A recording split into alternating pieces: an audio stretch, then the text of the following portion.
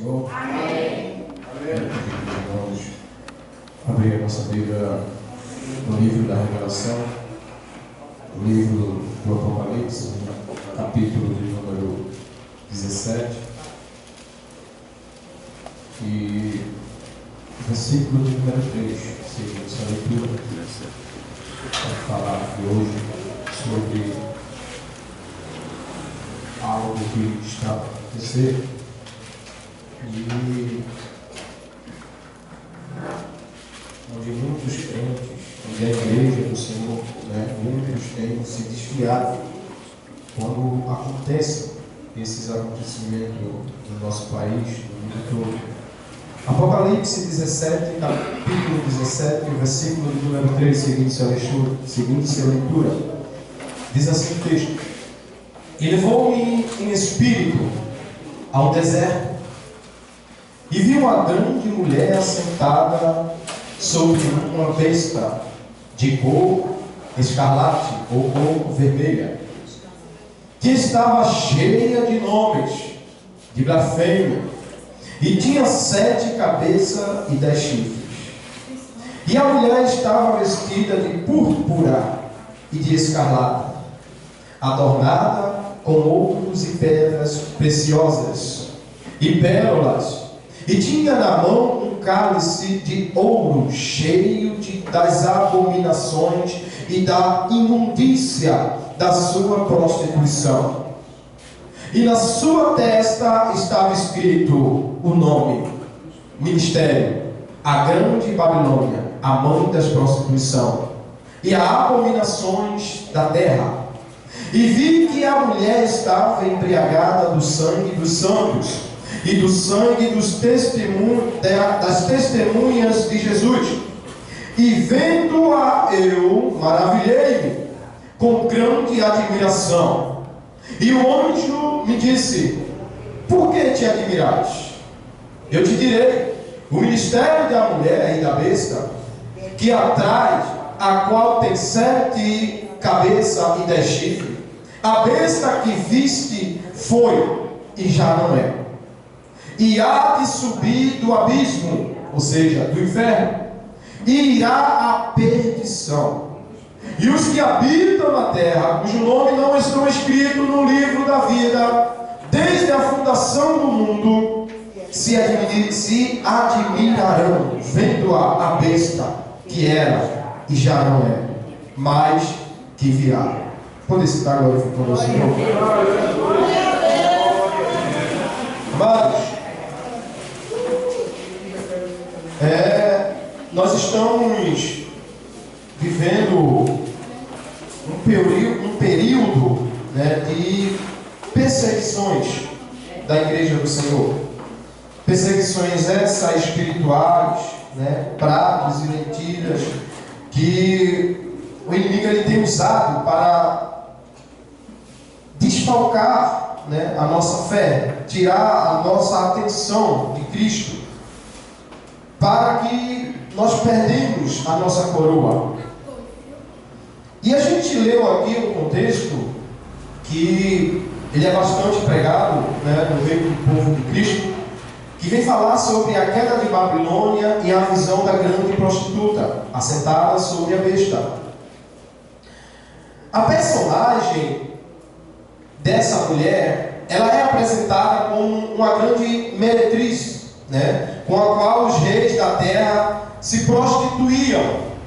Em 17, capítulo 1, versículo de número 1, seguindo-se a leitura até o versículo de número 2, nós vamos ver que diz assim o contexto: E veio 7 anjos, e tinha 7 taças, e falou comigo, dizendo-me: Vem, e mostrar-te-ei a condenação da grande prostituta, que está assentada sobre muitas águas, com a qual se prostituíram-se os reis da terra e os que habitam na terra, e se embebeceram-se com o vinho da sua prostituição. No texto bíblico, a gente vai se destacar 3 termos gregos, Prostituta, que no grego quer dizer porneio, que significa prostituir-se, e porneia, que tem um significado de prostituição. E na mensagem dos profetas antigos,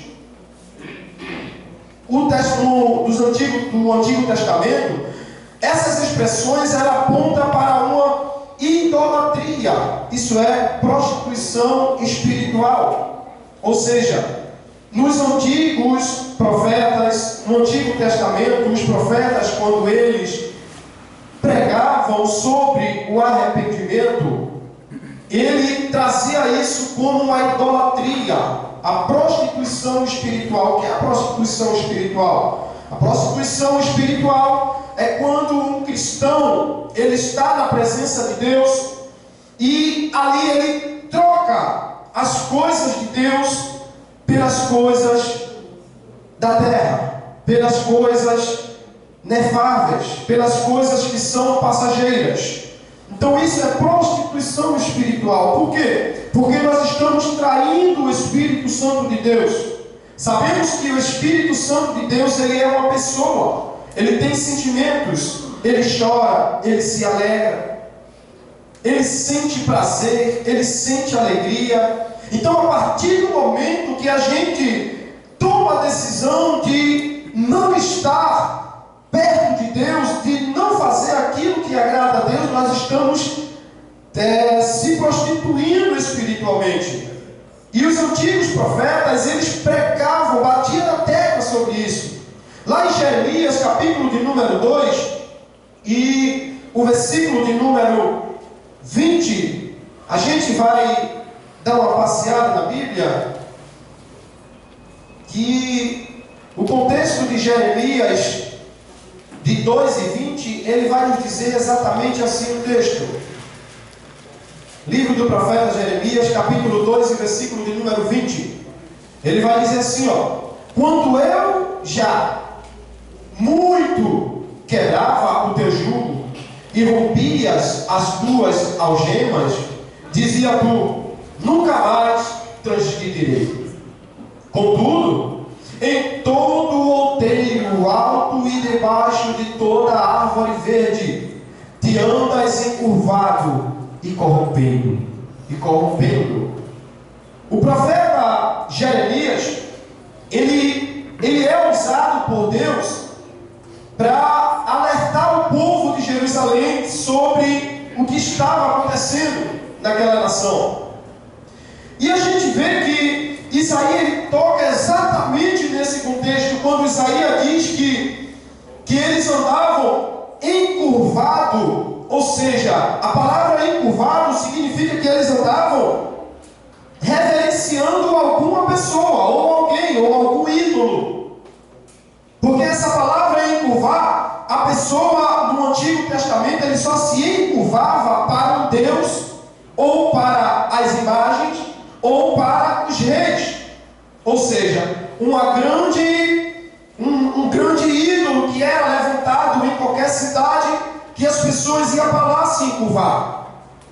E nos tempos de hoje, se acontece uma determinada festa em que muitos cristãos que são libertos, muitas pessoas que conhecem a palavra de Deus, elas se determinam em tomar uma decisão de se encurvar para esse Deus da prostituição, esse Deus do paganismo, que acontece todo ano no mundo inteiro, chamado a festa carnavalesca, a festa do carnaval.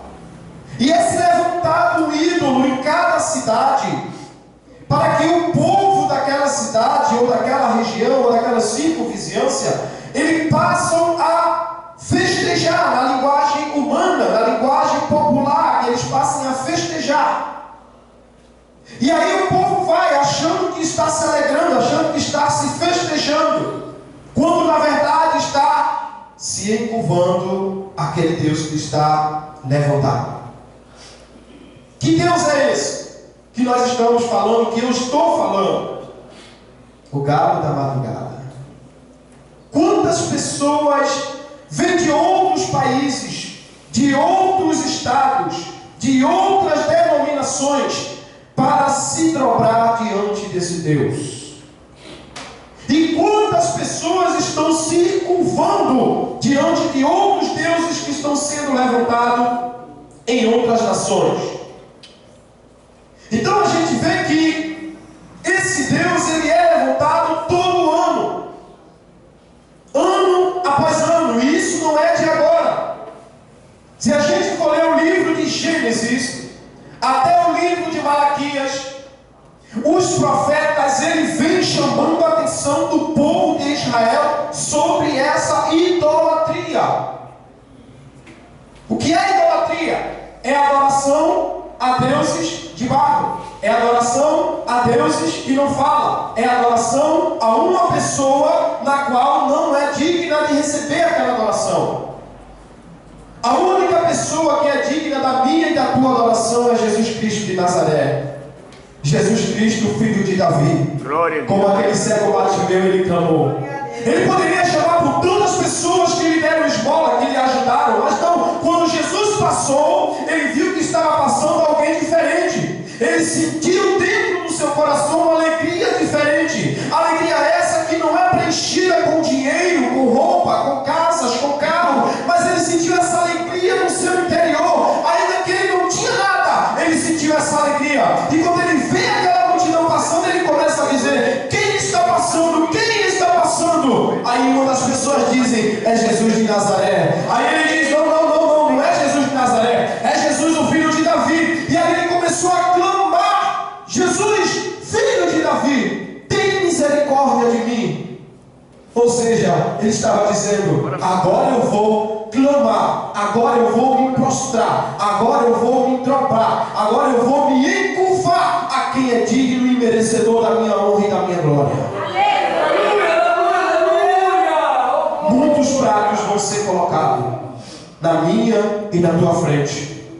Presta atenção, se agarra com Jesus, porque Satanás, ele não está de brincadeira. Muitos dizem: eu vou sair da igreja só para brincar nessa festa. E quando chega lá, infelizmente não consegue voltar. Uns são detidos por Satanás pelos seus pratos.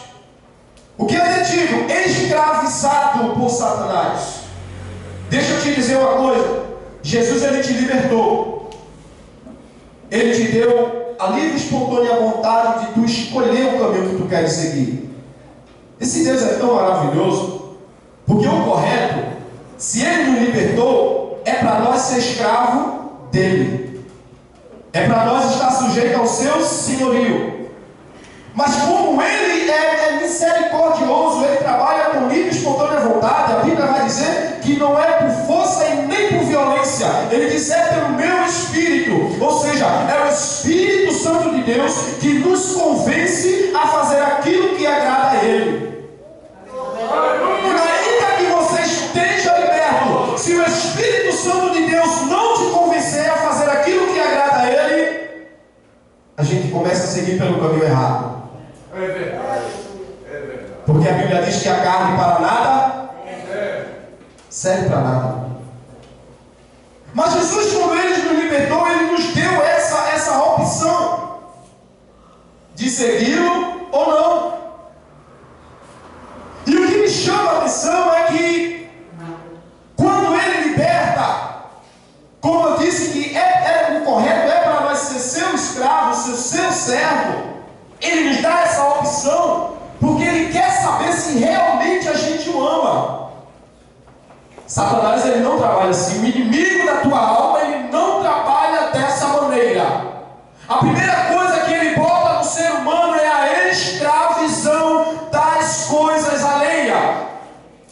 Pergunte uma pessoa que fuma: pare de fumar. O que é que ele vai dizer? Eu não consigo.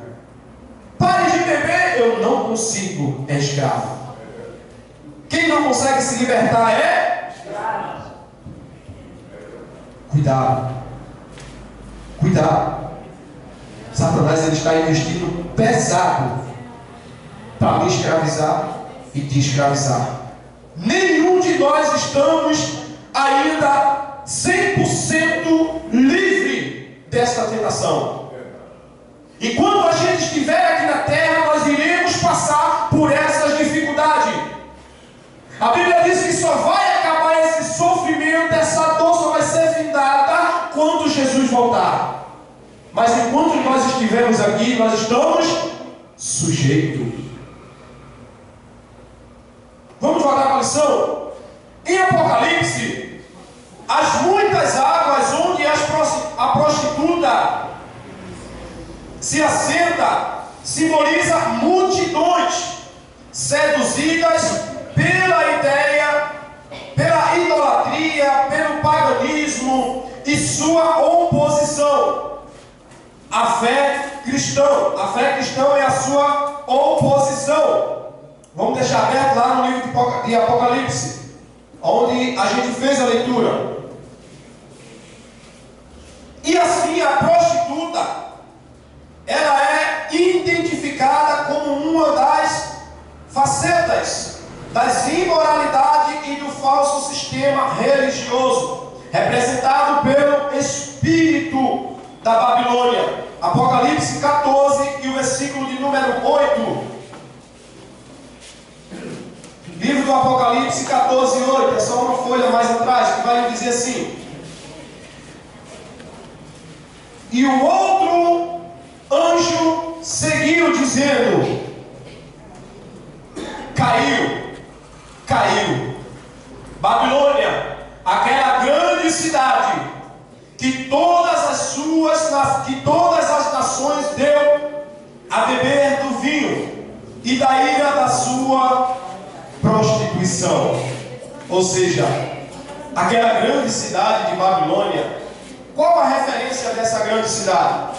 A referência dessa grande cidade simboliza todos aqueles que estão indo de contra a palavra de Deus. É chamado de Babilônia. Por que é chamado de Babilônia? Porque na Babilônia, se nós formos ver lá no livro de Daniel, no Evangelho, no livro do profeta Daniel, a gente vai ver que o rei da Babilônia, eles tinham costumes de adorar a deuses estranhos, de adorar a deuses feitos por mão de homens. E quando eles invadem a cidade de Israel, que leva consigo cativo Sadraque, Mesaque, Abednego, Daniel e outros mais que ficaram presos, mas este que foi citado agora, ele foi escolhido por conta da sua sabedoria, da sua inteligência que ele tinha por servir no seu reinado lá em Israel. A palavra vai nos dizer que esses homens eles foram escolhidos para servir dentro do reinado de Nabucodonosor, ou seja, no reinado da grande Babilônia, no lugar onde não se adorava a Deus, no lugar onde se adorava todos os deuses, menos a Jesus. Aí é chamado de a grande Babilônia. Mas o que me chama a atenção é que esses 4 homens, quando eles chegaram lá naquele lugar, eles fizeram uma diferença naquele lugar. Por que eles fizeram a diferença? O primeiro ponto, o que nos alerta é que eles não se dobraram, não se curvaram diante do manjar que o rei propôs para eles comerem.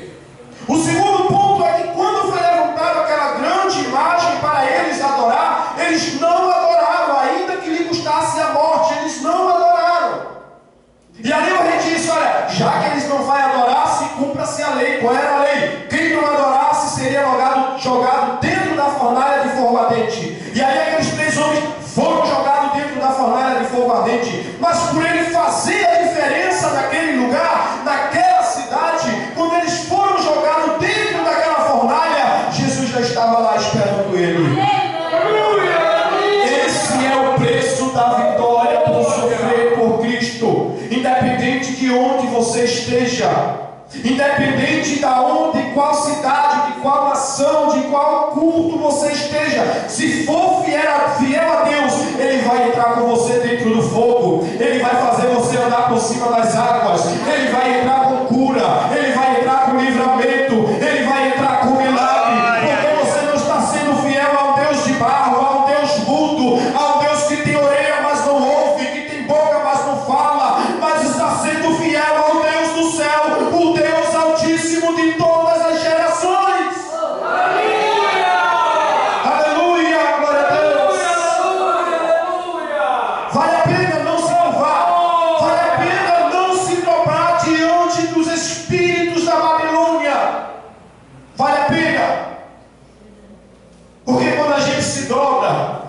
estamos traindo o nosso Deus.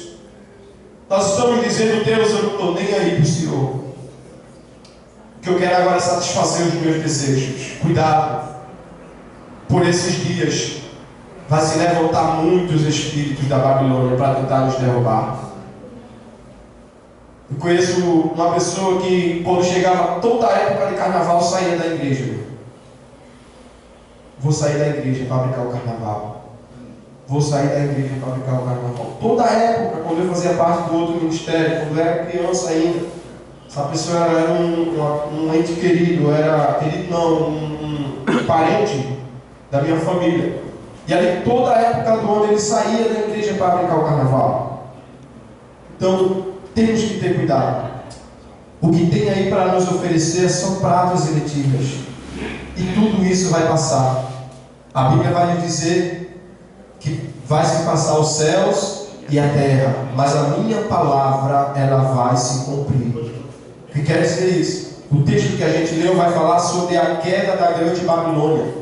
Ou seja, a queda de todos aqueles que se voltaram contra Cristo, todos aqueles que não se renderam diante dos pés de Cristo, não lhe aceitaram como verdadeiro e único Salvador. Naquele grande dia, no dia do julgamento de Deus, no dia do julgamento do grande trono branco, como é chamado os estudos do livro de Apocalipse, que é na terceira vinda de Cristo, que é quando ele vai vir com Deus, ele vai juntar todas as nações, vai julgar todos aqueles que não se renderam diante do pé de Cristo, diante daqueles que deu a vida para nos salvar, e ali eles vão ser jogados num lago de fogo ardente.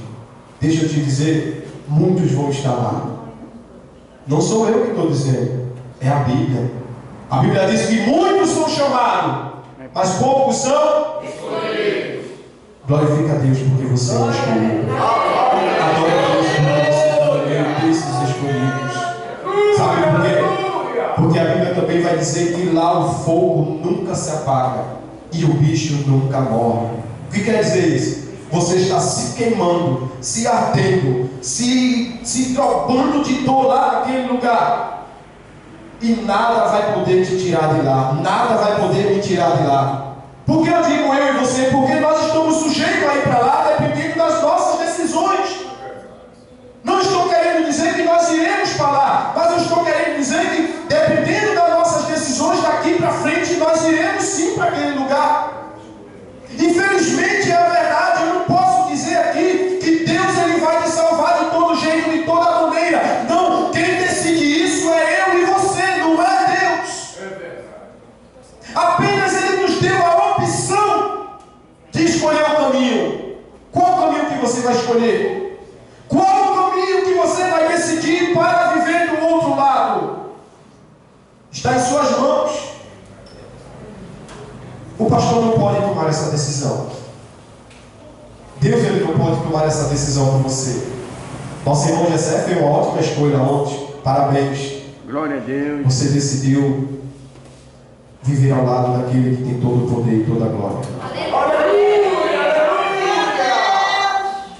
Então, que possamos tomar a decisão correta de adorar, de agradar, de servir a esse Deus tão maravilhoso. Porque nesses últimos tempos, irmão, Satanás ele vai trabalhar tremendamente na minha e na tua vida, principalmente dos jovens, para tentar tirar da presença de Deus. É uma brincadeira que é chamada de carnaval, mas traduzido quer dizer carne vá. Faz tudo o que tu quiser, né? Mas tome cuidado, não abandone a palavra do Senhor. Vigia, fica de alerta. A Bíblia diz que aquele que está de pé, cuide para que não caia. O cair é do homem, mas o levantar é de Deus. Mas já que está de pé, não é melhor se cuidar para não cair? Né? Não é melhor se cuidar? Então cuide para que não caia, porque Jesus ele está. Eu agradeço a